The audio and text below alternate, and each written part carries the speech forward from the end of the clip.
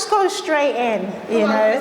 Today's lesson is going to hit a few of you really, really hardly. I'm sorry, you know, because the message has to be preached, you know. We are disciples. And sometimes we just need to be ready for change. And change is coming. It's literally going to come like a flood, you know, and it's going to sweep a few of us away, literally. But, you know, and you know, Frank is leaving, and new leaderships are coming, and, you know, our hearts can feel a certain type of way, right? And so we got to deal with those feelings. We need to deal with our hearts, right? And so today is I'm going to kind of look at loyalty in a little bit, okay? And one of my favorite movies, if you know me, is... Okay, you guys don't know me.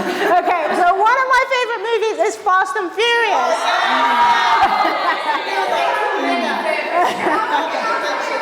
Yeah, I know I love movies, but Fast and Furious, and you guys know of the guy called Dom, right? Yeah. So Dom is our guy, right? And one thing I love about Dom is his moral code to his friends and his family, you know? And his character is one which we have coined the phrase, my ride and my die. You know, we know that, so my ride or die. So I want to ask you this question. Are you a ride or die person? Are you a ride or die sister? Is that you today in this room? Or I'll just ride with you, but I won't die with you. You know what I mean? Can we say that about ourselves? But the question is even that terminology that we have, my ride or die, is that even true loyalty? You know? And sisters, are you loyal? Because loyalty, what is it? So I looked online, I looked at the dictionary, as you do, you know, you check out those words. And it said loyalty is trust, okay? It's someone who's reliable. It's someone that's got your back. Yeah. You know, it's an alliance. It's someone who's faithful. Someone who's obedient, someone who's steadfast, someone who's unwavering, someone who is firm. Do these words describe you, sisters? Can you say, I'm obedient to God? If God told me to jump, I'll jump. Yeah, because we all jump because it's easy. But what if God told you to jump off a 5th-story building and he will catch you? Like, would you jump off a 5th? It's scary, right? So you're gonna question God. Oh, is this you really speaking? I don't know about that, you know. And so these words describe you. You know, I looked online again, as I like to do, and you guys know I like my quotes. Yes. Okay. And there was this it's an unauthored quote on loyalty, and it says, loyalty is the strongest glue which makes a relationship last for a lifetime. That's what loyalty is, you know. Relationships last. And I pray that this lesson will be what it needs to be to help us to have a righteous view of what loyalty really is, you know. And the title for this lesson today is I Am With You, Heart and Soul. That's the title. And so we're going to turn in the Bible to Proverbs chapter 18. And we're going to read we're actually going to read verse 24, okay? And I'm going to read from the TPT version. Okay? Can God look at you and say, yeah, Sophie, you are that sister that sticks close? What does that mean to stick close? Because it says one who is joined in heart, closer than any other, right? And do you have a friend like that? Hands up if you have a friend like that. Who's that friend? There's a few actually, but I just know one Paula. Okay, Paula is that friend, okay? Janelle is that friend. Who else put their hand up? MJ, Christine, Okay, she's quite a few. I'm not that friend. I'll tell you for free. Why? Well, hopefully this lesson's gonna, you know, revamp some stuff for you, right? So my first point is loyalty to God. That's my first point. And we're gonna go to the book of Ruth. And you know, we love the book of Ruth. Why? Ruth is for women. And the brothers too, but women. Ruth is a very, very amazing book. And so I'm gonna turn there. Come on, Christine. And we're going to go to Ruth 1. And a lot of us know this story, you know, about Ruth.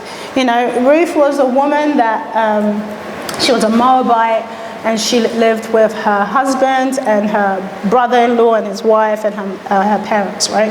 And then her husband dies, her sister's husband dies, and her mom's husband dies. And so it's just the women, right? And so we're introduced to this relationship between the three of them, right? Now, in Ruth, I'm going to read verse 16. This is the heart of Ruth. She was a woman who was steadfast. One of those synonyms of loyalty, of trust, right? Now, the word Ruth means a friend indeed. That's actually what her name means in the Hebrew, right? And the Hebrew word of friend is root. R-U-E-T, right? Now, this was what her name symbolized. She was a friend, right? And in the account of Ruth, we're going to see how she was a friend, okay? Now, we're going to read from verse 8 to 14, just to give you a little bit of context, okay? So we see such a beautiful relationship between these three women, right? There was a close bond between these three women, and Naomi's heart towards these women, she called them her daughters. You know, it's like they were part of her family. Now, Oprah, if you look at her behavior, right? On the surface, she seemed like someone that was loyal, right? Because she was, but Ruth was able to sift that from what she was saying to her. You know, she's like, look, what, are you going to wait till I have kids and then you're going to stay unmarried and blah, blah, blah, right? And so Oprah's faith was tested. And we understand in 1 Peter 1:7 it says, faith that is not tested is not true, right? And God is always going to test our faith. He's going to put trials in our lives and test the sincerity of our faith. Jesus' faith was tested.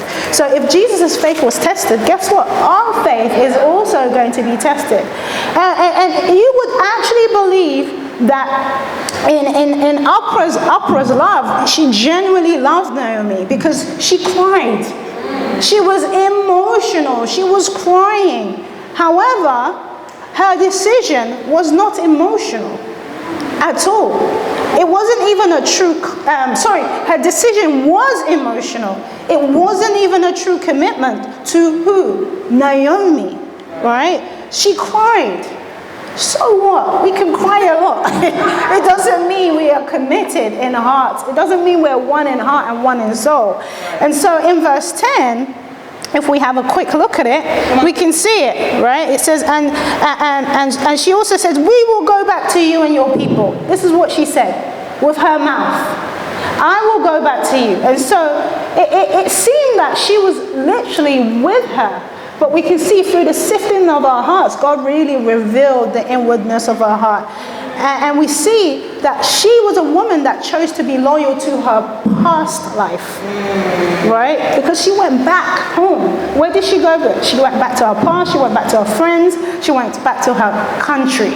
She was supposed to go to Bethlehem because she said with her mouth and with her emotions, I will go. But she didn't, right? She went back. Now, was she loyal? No. This was a woman that was disloyal because she was afraid of the unknown. She didn't really understand what life would be like based on what Naomi just shared with her. And she was no longer, and she was like, I'm no longer in control of my life. And so because I'm no longer in control of my life, what is my life? You know, and so because this woman really wanted control, she was like, the only way I'm going to go get control is to go back to my old life. Is that you? How much control do you want that pushes you to want to go back to your old life? Because this woman, Oprah, didn't trust God against the odds. You know, and so unbelief in Oprah took her further than she would ever think. And unbelief as a disciple, as women of God, will take us further than we can ever think, you know? And rather align herself with God, whom Naomi had really taught, right? She aligned herself with her emotions. And she didn't allow the fire of the test to remove the nastiness and the dross of unbelief that was eaten in her heart. And God saw this, and God was genuinely trying to help this woman to be greater, But her heart was so deceitful. Even she didn't understand how deceitful her heart was when she was saying all these things to Naomi. And in the same way, as sisters, we can say so many things. When we're studying the Bible, I'll go anywhere, I'll do anything, I'll serve, and then God will test the sincerity of your heart, because he will put you in those positions. And some people have fallen away as a result of being put in that position. Is that you? Is that you? Can you say, I am loyal to God? Can you say that? When the odds are stacked against you, can you say, I'm going to be loyal no matter what? It's very quiet. Does that make sense?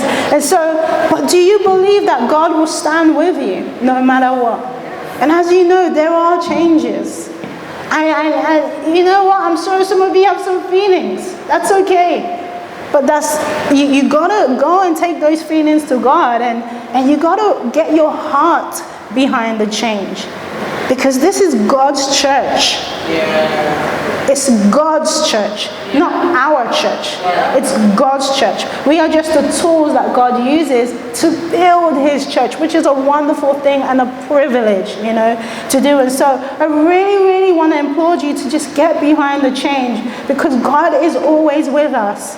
Even if you think this shouldn't happen, even if you think, oh, it doesn't make no sense, God is always with us, because it makes sense to God. Amen. You're not God, so you don't know. And so when we look at Oprah, her faith was built on what she could see, not on the promises and the integrity of God. One of the number one qualities God has is loyalty. And so God is not going to let people mess around with things. God is loyal.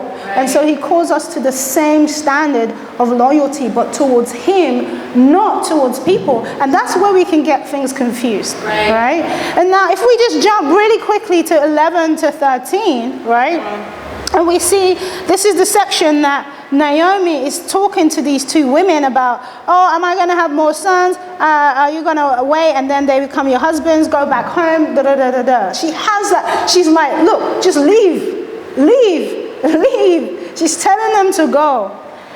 Oprah was easily talked out of her salvation. Easily. Literally. Can you be talked out of your salvation, sisters? Right. Can you? Can I talk you out of your salvation? No. Can I say certain things and you're going to be like, I'm gone, I'm going to fall away?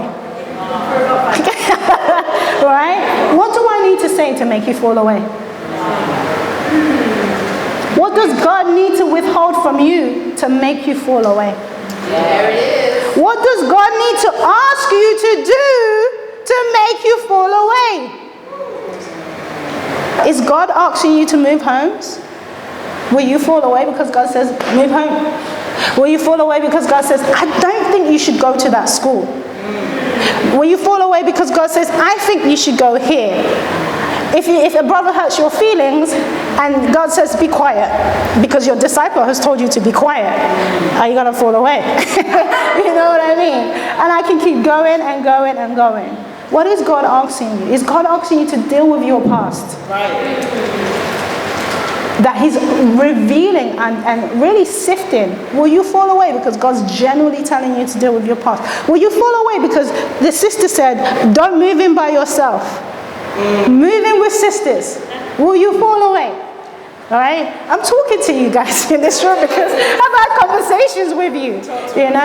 What is God asking you? Is God asking you to go on a mission team?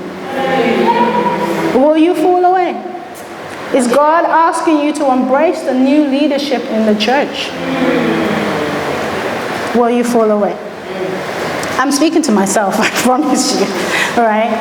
As I'm speaking to you. Are you truly committed to God? Because what's going to happen in Birmingham, God is going to test the sincerity of your faith. And you need to stand loyal. I generally, one of the qualities I look for in a friend is loyalty. That's my number one. If you're not loyal, right? And so Michelle, a couple of weeks back, gave a D group on loyalty, right? I'm like, yeah, I'm loyal. This is me. This is my number one quality. And so she was going through the lesson. I was like, interesting. I was like, And then I was taking notes, and I was like, I'm not loyal. I am far from loyal.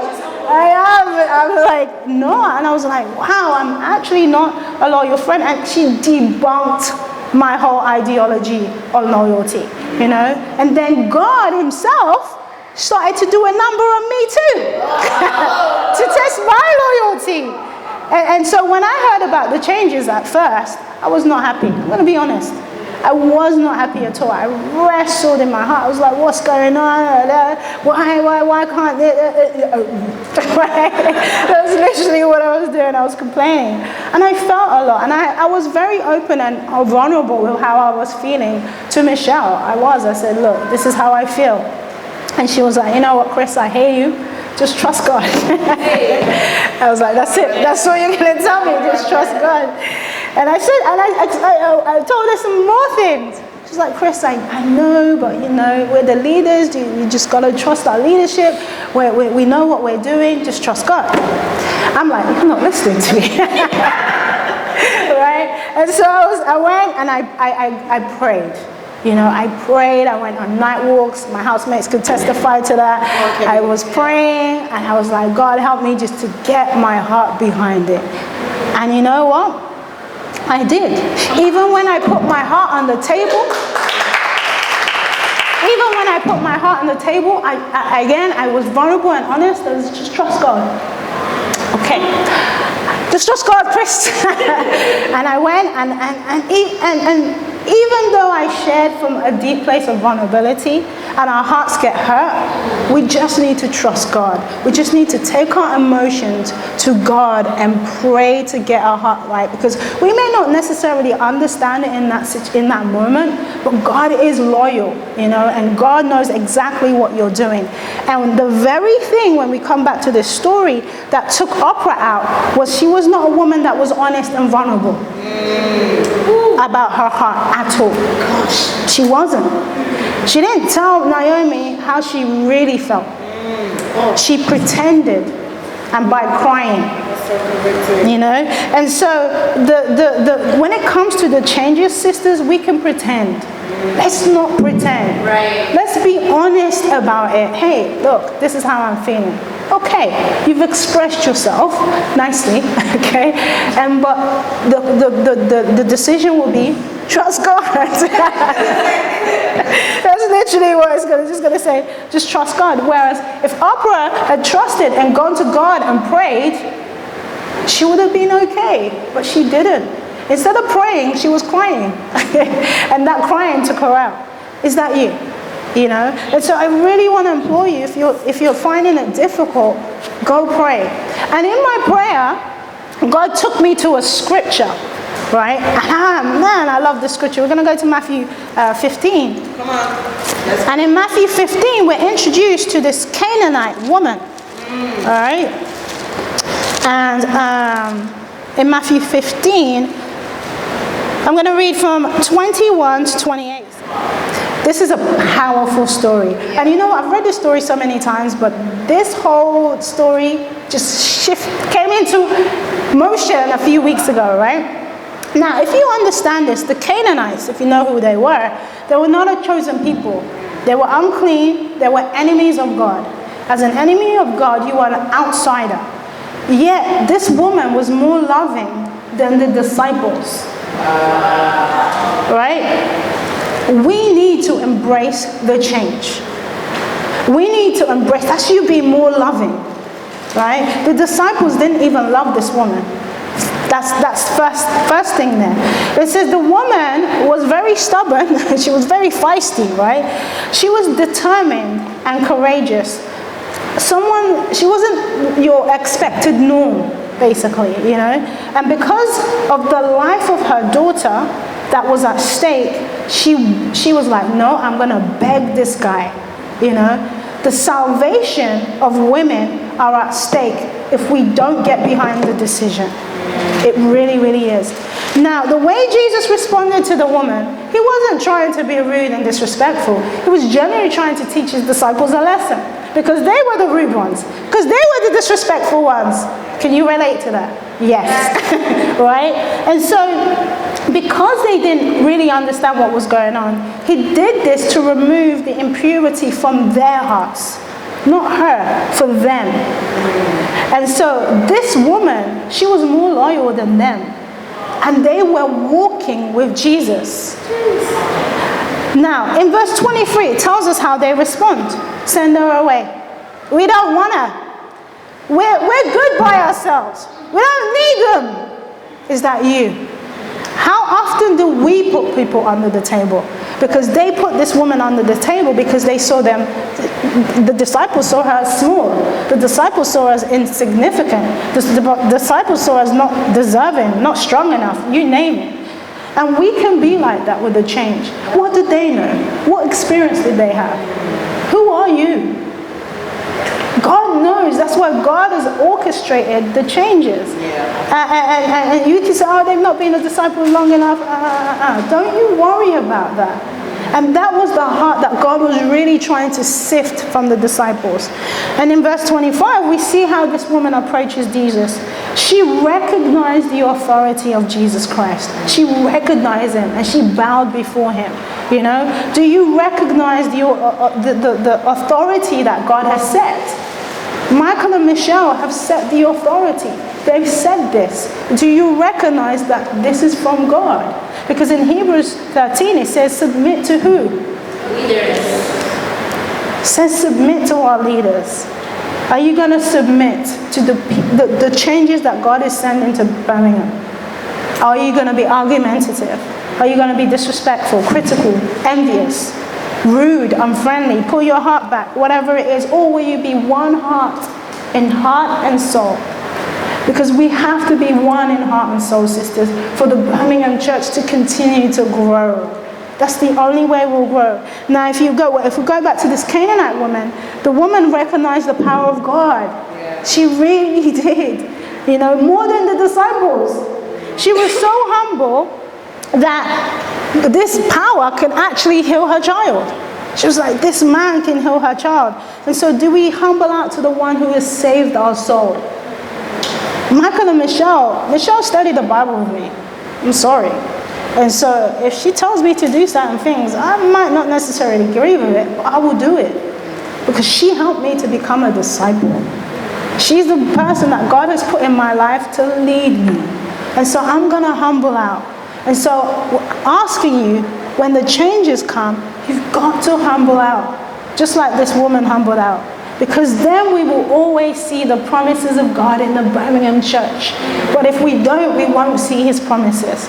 And when we go back to this woman, it says the woman begged God. She begged him, help me. Let me be a part of your chosen race. Because Jesus says, I've only come for the lost sheep. You ain't my sheep. And you ain't lost, you know, because you ain't my sheep. But the woman begged. And she was like, you know, I'm not asking to be on the table. I'm asking to be on the floor. That was the level of humility she took. And she was like, you know, I'm happy with the crumbs that you give to the dogs. Because Jesus called her a dog. Did she respond with a bad attitude? She was humble. She was like, I will take the crumbs. Give me the crumbs. I'll take it. Because she recognized that even the crumbs could heal her daughter. The crumbs can do great things in our lives. Yes, okay, doesn't matter. Serve. In any capacity. That is a crumb. But that crumb, that could bring a nation. That could be another church. That could be another church plant in a nation. Like, man, look, Belgium is going out because of the crumbs, literally, you know. And so don't underestimate the power of crumbs, basically, because crumbs are powerful, you know. And so this woman, that's all she wanted. She's like, I just want a crumb. What do you want? Do you want the table? You know? And there's great power in the crumbs. right? And so we can treat ourselves like that as well.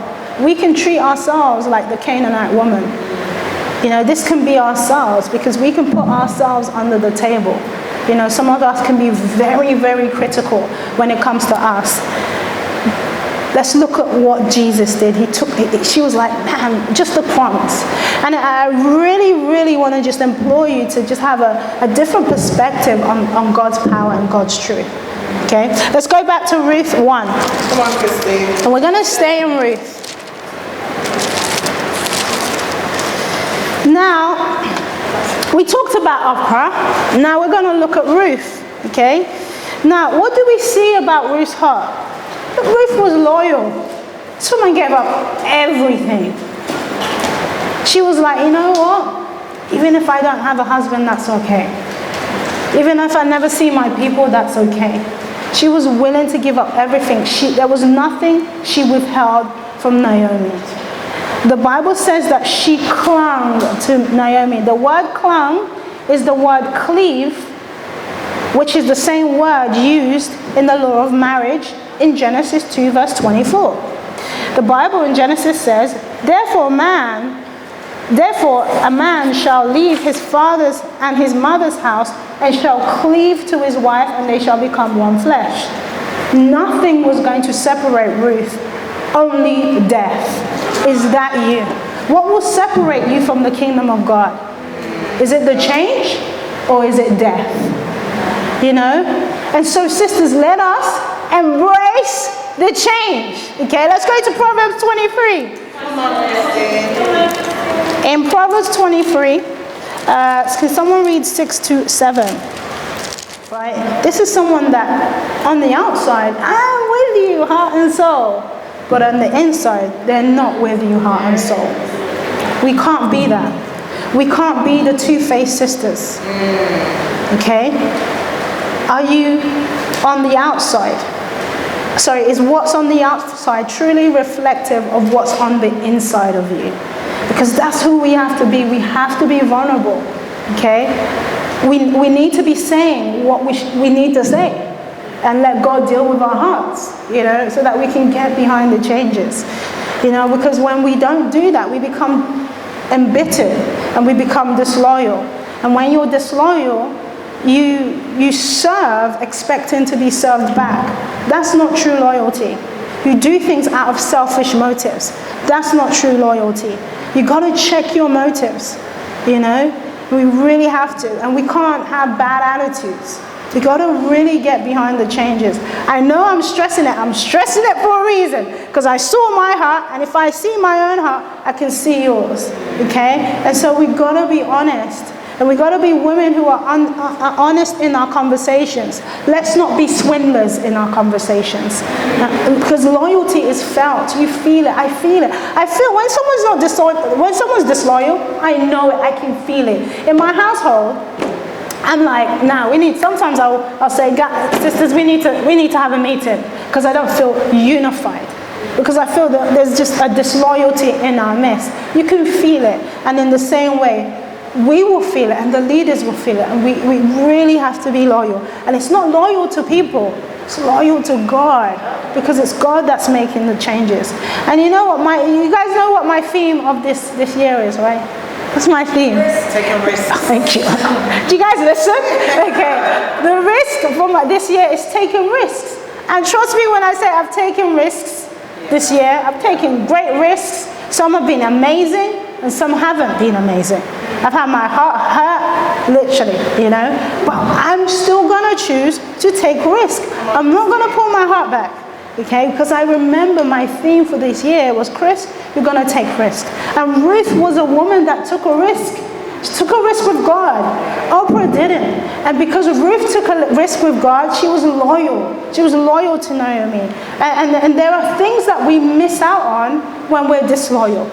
Let's go to Ruth 4, and I will show you what we can miss out on when we're disloyal to God. Come on, Christine. What do you notice here? What do you see? You guys are like, oh my God, hello. Did you read the text? Aisha. There's 2 potential redeemers. There's 2 kinsmen. 2 of them. How many sisters? 2. Light bulb. There was 2 kinsmen redeemers. So if Oprah had just stayed, if Oprah had just clung to Naomi, she would have also been married. She missed out big time. Yeah, right? Disloyalty, you will miss out big time. Oprah didn't have a pure heart, and it was evident. And there was a reason she was afraid. It's okay to be afraid. No one says you won't be. It's okay. But don't let that fear stop you from doing what is right. You know, and none of us are free from sinful thoughts. None of us in this room are righteous. None of us in this room are pure. However, we can't say, I will die for you, if we can't display the same heart Ruth displayed to Naomi, because we in ourselves are Oprahs. And Oprahs to God. Then to people. Because when we are disloyal to people, the people that God has put before us, we're by default disloyal to God. You know? And how can we be disloyal? Well, we can be disloyal in our purity. We can be disloyal in our thinking. I don't know what's going on in your head, but God does. He knows everything. The Bible says everything is laid bare and uncovered. Okay? So God sees your nonsense thoughts going through your head, you know. Do you share your faith? Are you joining Bible studies? Are you going on dates? Are you committed to the church? Are you on time to church? Are you on time to midweeks? And are you going to be open to the change? This is what true loyalty is, and more, you know. And so if you're loyal, if you're saying you're loyal, God's going to test it. If you're saying you're going to be loyal to the change, God's going to test it. God will test your loyalty to him. And who will you be loyal to? Your feelings or to the word and what God is doing? Oprah walked away because she was not loyal to God. But she was a woman that was loyal to people. She had some loyalty, but it was to the wrong person, you know? And she fell away because of that. Let that not be our sisters, okay? My point 2 is loyalty births humility, okay? Now we understand humility it's not my strength, okay? It really isn't. But humility understands her weakness at the same time. Humility says, okay, I'm not good here, bad here, not very. That's what humility does. Humility lowers herself, you know. And we got to understand everything that we have in the church is a gift. You being a disciple is a gift, you know. Someone meeting you is a gift. That Canaanite woman understood that. The women, you who are studying the Bible, the guest in this room, you being here is a gift. There are some people that are not here. They died. But you being here is a gift. And I really want you to recognize that. Really want you to appreciate the gift that we have and remove. There's a spirit of entitlement in this church. There just is. And I really want to deal with that. And when we understand truly what we deserve, when we understand that we deserve death, when we understand that we deserve what Jesus went through, that's what we should have gone through.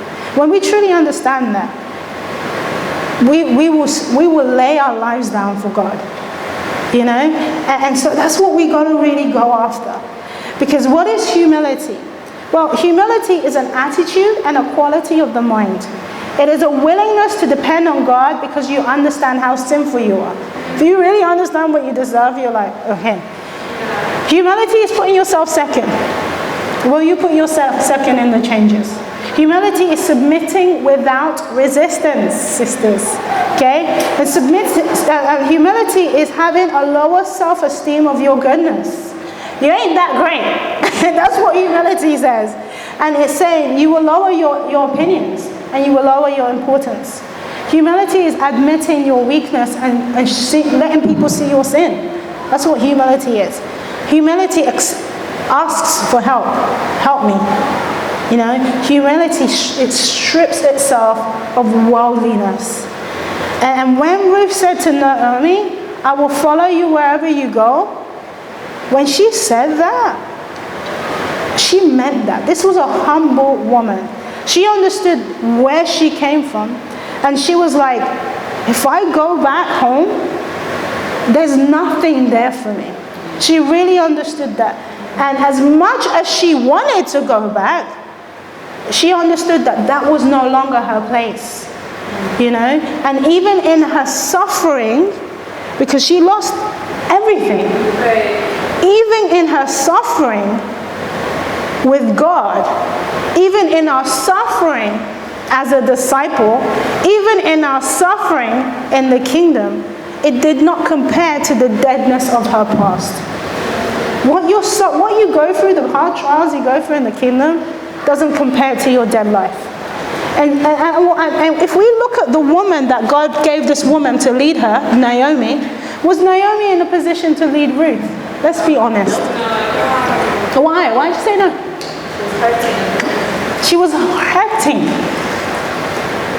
She was hurting. What example did she have? Ruth was hurting too, but she was stronger. She had more sense. But because we see how Naomi beats herself down because she calls herself bitter, you know?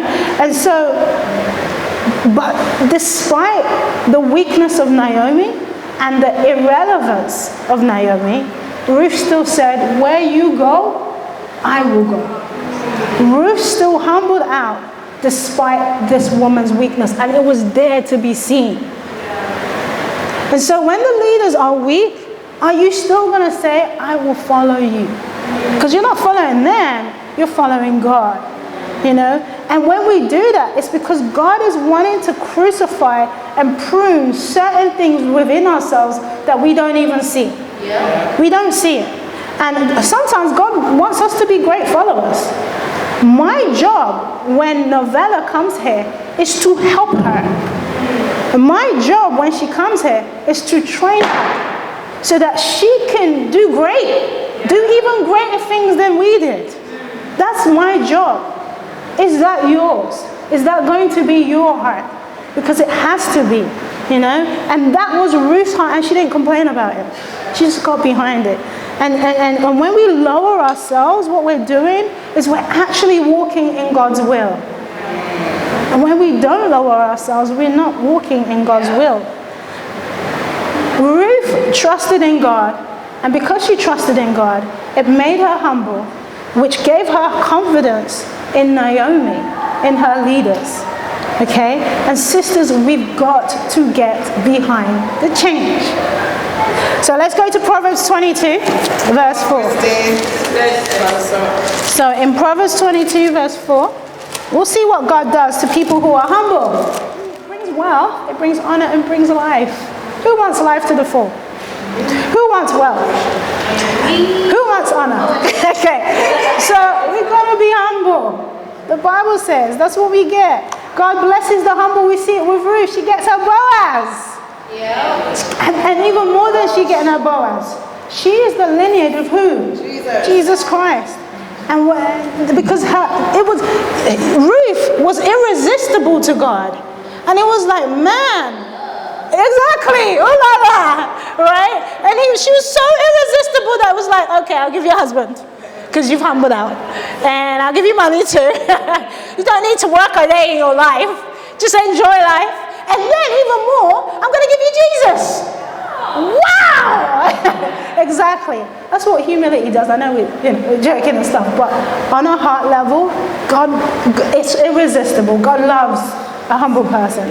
God hates a proud person. And what does it say? He will resist you. He will frustrate your plans. Trust me, I felt that. You know, he will frustrate your plans. And when God says it's time, it's time. It's not in your time. It's in God's time. You know? And so sisters, let's be humble. Come on. And let's use our humility to also win people over. Because humility makes the relationships a joy. You know, and humility values and it cares for people, and humility is very, very grateful. When you are grateful for your salvation, you will be humble. You know, humility is also being open about your feelings. It's about being open about your sin. You know, kids, I love them. They chat. They talk everybody's business. Okay, they shouldn't, but kids do that, right? But kids are humble. They will confess their sins to you every day. Do you confess your sins every day? I don't. That's loyalty. Loyalty gets open every day. I do need to lift someone up. At first, I was like, oh my God, another one, another text. Oh. But there's two women that send me at least their sin list every single day. That's Carmen, and that's Orisha. Sis, I just need to get open. Every single day, they're humble. I don't do that. That was something I saw when we had the D group. I was like, these guys do it to me. I don't even do it to Michelle. So I made a decision, I'm going to go after it. Haven't been consistent. I'm not going to lie about that one. Baby steps, yes. Give me grace. It's new territory for me, right? Just be open every day about your struggles, about your feelings, because that's true surrender, because when we don't get open, Satan can get in there. Yeah. But these women are an example of no, I just want to purify my mind, and I just want to humble out, and that's great. And they're irresistible. They're both fruitful. Yeah. Both of them. Yeah. Fruitful women. That's what it looks like when you're irresistible to God. God will give you the fruit. Yeah. You don't need to work so hard for it, because God's like, man, oh la la, here you are. Another soul. So maybe the reason you haven't baptized is because you're not humble. And so God is frustrating you because you're so prideful. Just saying. I'm speaking to myself. And so when we learn the art of humility, God will give us the people. God will give us the souls, because why? Humility sees the need for the relationship. They see the need for the relationship with me. And so they get open and they get vulnerable every single day. Do you see the need for the relationship that you have with your discipler? Because when you see that need, you will get open. Remember, I'm talking to myself too. I've just been open about my nonsense, okay? Right? And so because you see that need, you won't question, just like a child doesn't question their mom or dad. They know I need mom and dad. Without mom and dad, no food. Without mom and dad, no play. Without mom and dad, you name it. Right? And so if we have that humble nature as a child, we will be irresistible to God. And kids are always thankful. Thanks, mom. Thanks, dad. And that's how we'll be with God. And then when we go back to the story of Ruth and Naomi, Oprah was not humble. And she was not surrendered, which led to a deep fear of what she didn't know, and so she fell away. And my last point is loyalty is surrendered. We're going to go to Matthew 26. And in Matthew 26, can someone read 6 to 13? What do we notice about this woman? The Bible says that she poured an expensive. It was very clear. Expensive perfume on Jesus' head to anoint him. Now, the perfume cost her. It cost her. It was expensive. And in Mark's account, in chapter 14, verse 5, it says it was a year's wages. So imagine your wages for a whole year. For Lynette, it's probably like 50 grand, isn't it? I'm joking. She's claiming it. Claim that. Right, but it's a lot of money, a year's wage. Let's say average for us is about 40 grand. 40 grand on perfume. No, sorry. That don't make no sense in my head. Right? But that's how expensive the perfume was. It was expensive. Yeah. And it says she poured it on his head. This was not a regular perfume to pour on someone's head. right? And for time's sake, I would encourage you to go online, look on Google or whatever, and it will really help you to understand what type of perfume what it was and why it cost so much. And scholars say it was actually imported from India, China or India, somewhere around that side, but it was imported. But it cost a lot of money. Now, we see that this woman handed everything she had to who? To Jesus. Yeah. This woman handed everything. She poured everything to Jesus, meaning she was surrendered. And so it led her to pour her life to Jesus, because that was the focus. The focus was Jesus, not herself. She took the most important thing in her life, which was the perfume, and gave it to Jesus. And she emptied every content of the jar out. There wasn't even a drop inside. Everything's like, she dropped it on God, right? And if we know what oils are generally used for, right, in this time, other than healing and stuff, it was used to anoint who? The king. Right? And set the king apart for what they were going to do. And we see this in 1 Samuel where Saul, King Saul, has been anointed with oil by Samuel, right? Now, when Saul was anointed, he was given the power to rule over God's kingdom. What is this woman trying to say? And what she's saying, what else is she saying? She's giving him the power to rule over her life. Right? That's her handing everything to God. And you know what? Handing everything to God has been my challenge. Literally. Something happened in October. In October, I was asked to go on a mission team. Last year. And I was dilly-dallying. And all of a sudden, that caught up with me in the past few weeks. I have been asked to go on a mission team.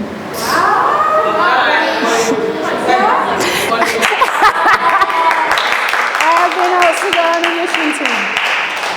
And I was like, I thought we left it already in October. And honestly, I wrestled with it in October. And I didn't really make a decision. I kind of left it in the air. Yes, right? But I prayed and I didn't get my heart behind it, so I left it floating. And God saw it floating. And so as it was floating, God was frustrating my plans. And he literally frustrated my plans. I'm not going to go into it, but he has, right? And then that came back again. I was reminded of what I was asked to do in October. And so I've kind of been all over the place this week, for many, many reasons, right? And my life just really got messy. This week, starting from last week, my life got really messy. I was, certain things, I was confused. I was like, huh? Really? I was totally confused, right? Because of everything that was happening this week. And I felt a lot. And I had to shut everyone and listen to God. I was back on my night walks praying because I just needed to get my heart behind it. I was not going to say no again. And so I prayed. And then God humbled me through my quiet times. And I made a decision. I am going. I am going. So this time next year, I won't be here. I am going on a mission team. Come on, Christine. Now this mission team, it's not in the UK.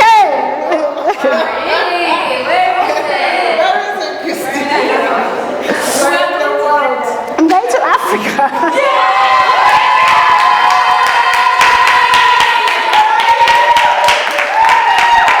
Yep. That means I'm coming with you.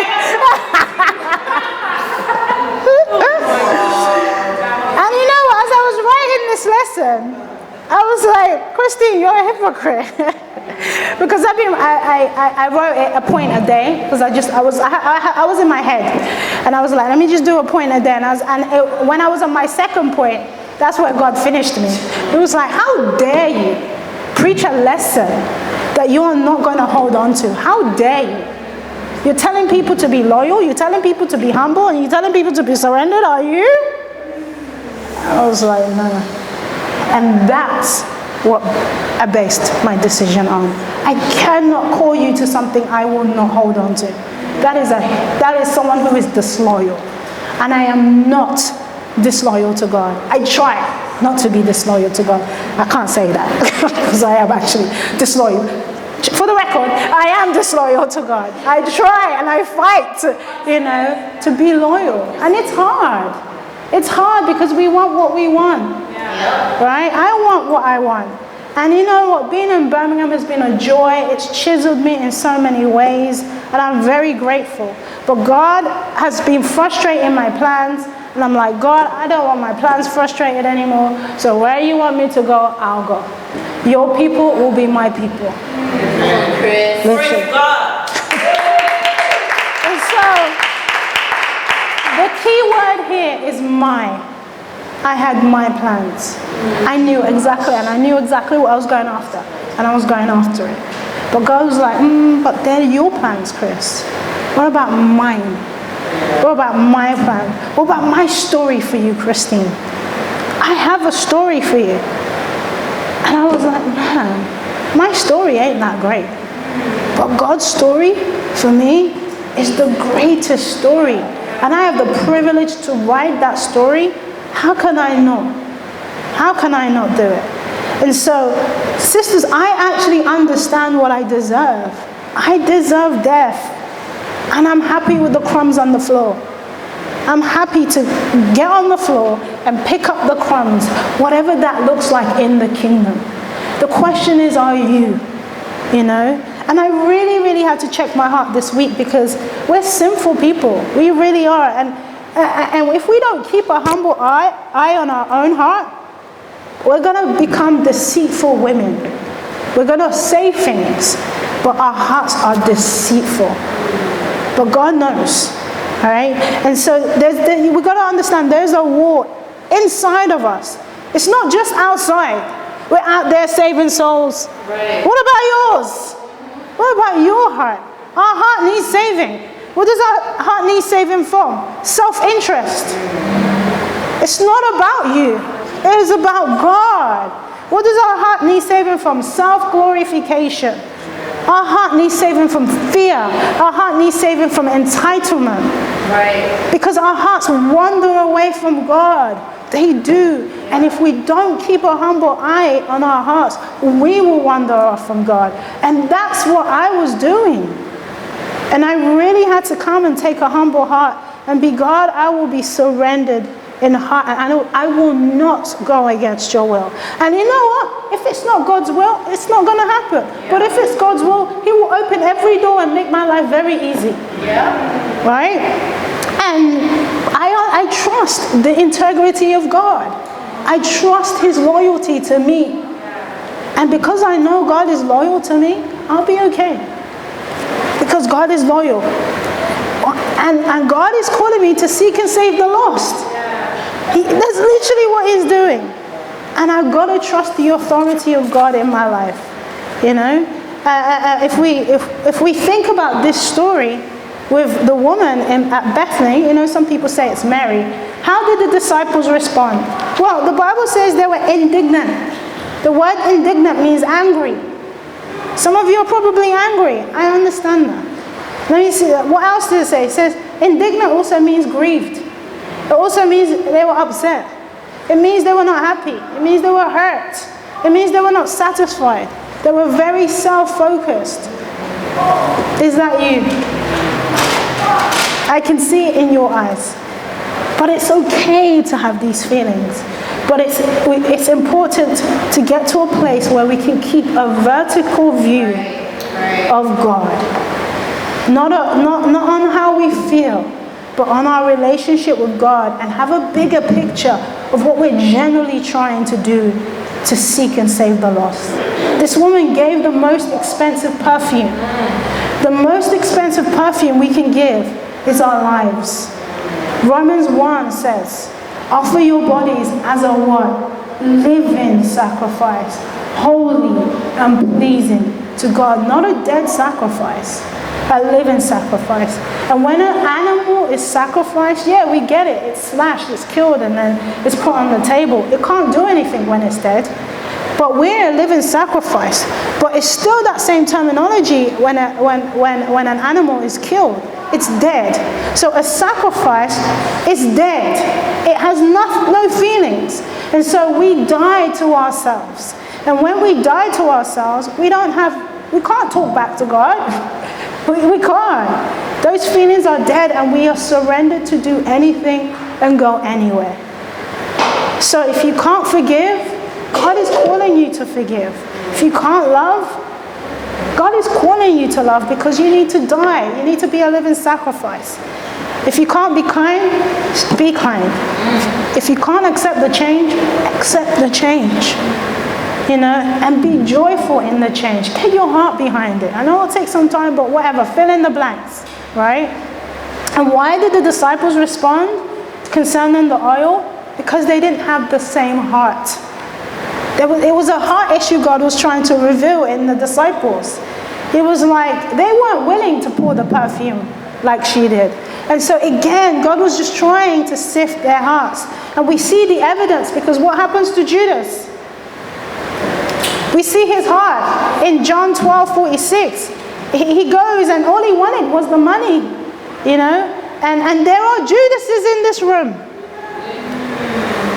Only time will tell. The changes will tell who the Judases are in this room. And if you fail to nurture your own heart by keeping a humble eye on your own heart, you will end up just like him. Because Judas fell away from God. Because he didn't humble out. And he wasn't surrendered. And so, me going, it's not been an easy decision. That's just the honest truth.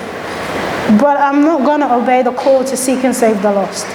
And we live in a world that Christian life, people say it's a waste of time. That's why they reject Jesus.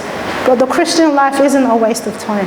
People can say our lives are a waste of time because we're not married, because I'm not married, because I don't have kids. I don't have, some people say it's a waste of time if all they're looking at is this, trying to get this successful career. No, that's the more important thing. Or you got to get this achievement or whatever. Material success, you name it. Ministry success. However, in the eyes of God, that's not success. In the eyes of God, when you are obedient to Christ and you stand faithful to the end, that's success. That is the greatest success. And you will get the greatest applause in heaven. Let's go back to Ruth. Come on, Christine. So in Ruth, guys are quiet. Please speak to me. Gotta speak. Okay. In Ruth 1 verse 18, we see Ruth's heart. Ruth was not a national to where she was going. But she was married into the family, which means when you become a disciple, you are born into the family of God. When you're born into the family of God, you're willing to go anywhere that God permits. Even more so, if you are a national, you need to go. And I will call you to go. Let me tell you where I'm going. I am not a national, but my mother is. I can get a passport. I'm going to Ghana.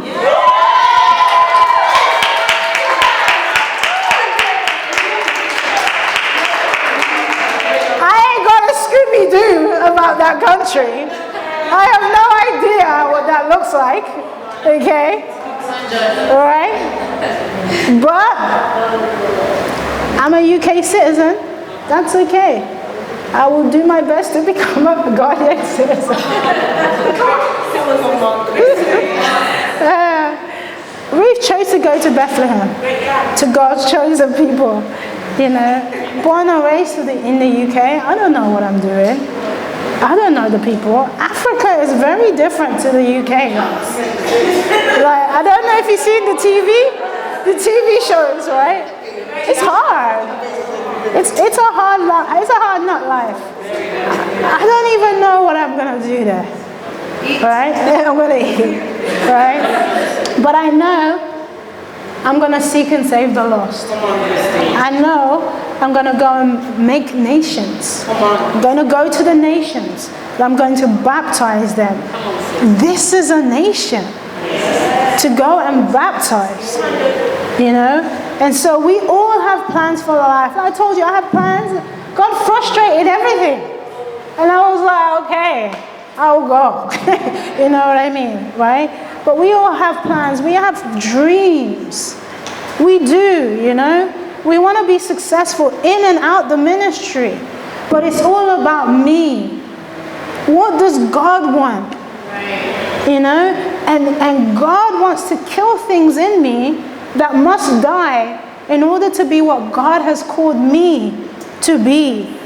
And I want to do great things in the ministry. I really do. I don't know what that looks like. But that is God calling me to do something great, and I will do it, And you know what? In the Birmingham church, we don't have this heart. We don't have the heart to go on a mission team. And that's why I'm preaching this. Because we have to have this heart. If God has called you to go to Ghana, because you have a passport and you're a national, go. Come on, Jackie. Come on, Jackie. Yes, you too. If God is calling you to go to Sweden and you have a passport and you are national, go. Wherever God is calling you, go.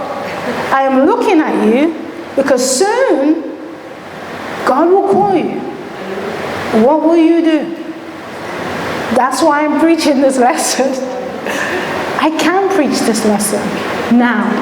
I couldn't before, but I can now, And so we can't hold back.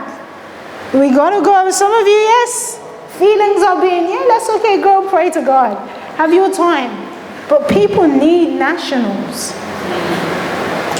God put me in Birmingham, trained me up. I had no clue to go. Why? Because he sees me as a great help. He sees me as someone that can do great. And I want to do great. And a great book I've been reading is called A Dangerous Calling. I would recommend you get it and read it. Okay? It's by a guy called Paul Tripp. And I quote, he says, what kills you only gives you life. I was like, oh la la. He says, true righteousness only comes when you get to the end of yourself. Now, Jesus was at the end of himself. That's where true righteousness starts. When you come to the end of who? Yourself. And we go back to Ruth, and Ruth got to the end of herself. That's why she could go. God had to strip everything from her to go. What does God need to take from you for you to become a disciple? What does God need to strip from you or withhold from you for you to get to the next level of your faith? Trust is taking a risk. Yes, I'm taking a risk. My year of risks. Literally.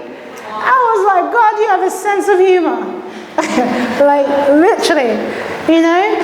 I want to be different. I want to be a different Christine. Do you want to be different in how you speak to sisters? Do you want to be different in how you speak to brothers? Do you want to be different and creative in how you are with leaders? Well, it's going to cause you to go wherever God is calling you. It might be just stay in Birmingham. It might be sort out your past. It might be get a new job.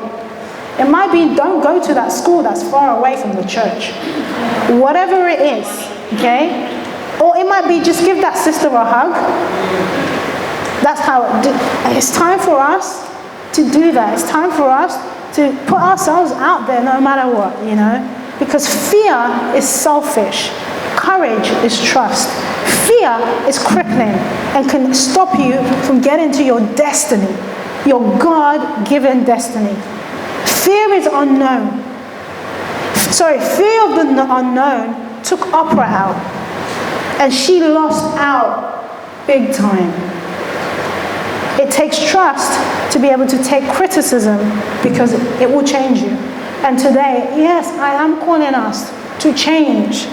When it comes to having a heart to go on a mission team, we need to be one of the first to say, hey, Michael, hey, Michelle, I'll go. Edinburgh, none of us went. Why? Belgium is going. If you want to go to Belgium, go. You know? Belgium. But where? Germany. Berlin, thank you. Belgium? No. Berlin, yeah? Berlin. Maybe that is the spirit. Maybe it was, who knows, you know? But, you know, to conclude, you know, the world doesn't operate like God does. God surprises you, you know? But loyalty to God silences every fear. Disloyalty will ruin your life. Because when you're disloyal, what you're doing is you're making a self-sabotaging decision. And that's what Oprah made. She sabotaged her life because of fear and self-interest. And so did Saul. They looked at their interest instead of the interest of God. And the most dangerous form of impurity is the one inside of us, because only you see it. God will not ask you to deny the reality. The reality is the reality. Loyalty to God does not deny reality. Actually, it says what's real, you know, but it's a God-focused way of considering reality. When we look at our situation, it can defeat us. I felt that way. However, Abraham, he didn't allow his situation to defeat him. And he made a decision to look vertically upwards instead of horizontally. And he meditated on God. Despite not seeing change, he still meditated on the Word of God. And he chose to keep looking vertically. And he kept on looking vertically until he grew stronger in faith.